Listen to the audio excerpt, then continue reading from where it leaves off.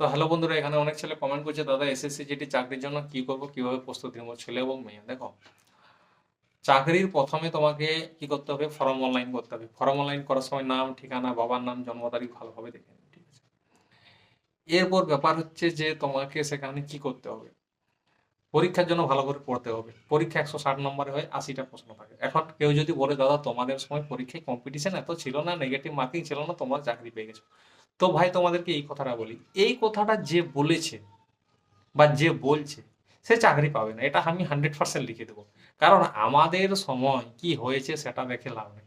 আমাদের সময় 1 টাকায় চকলেটও পাওয়া যেত, মানে একটা ডিম পাওয়া যেত, সোজা কথাই বলা চলে। এরকম আমি দেখেছি, আমাদের সময় 1 টাকায় একটা ডিম পাওয়া যেত। এখন যাও দেখি একটা বাজারে গিয়ে 1 টাকায় একটা ডিম কিনবে, তোমাকে কেউ দিবে? দোকানওয়ালা গাল দিয়ে ওখান থেকে তাড়িয়ে দিবে। তো ব্যাপার হচ্ছে আমাদের সময় কি হয়েছে সেটা ছাড়ো, এখন কি হচ্ছে সেইটা দেখো। এখন তুমি একটা ডিম খেতে গেলে তোমাকে 5 টাকা কি 7 টাকা খরচা করতে হবে। আমরা যখন সেই সময়টা খেয়েছি তখন 1 টাকায় একটা পাওয়া যেত, কি 2 টাকায় একটা পাওয়া যেত। তো এখন কি হচ্ছে সেইটা তোমাকে দেখতে হবে। তো আমাদের সময় কম্পিটিশন কম ছিল, সেটা ভুলে যাও। এখন কম্পিটিশন কতটা আছে, এখনের হিসাবে তোমাকে চলতে হবে, তবেই তুমি চাকরি পাবে।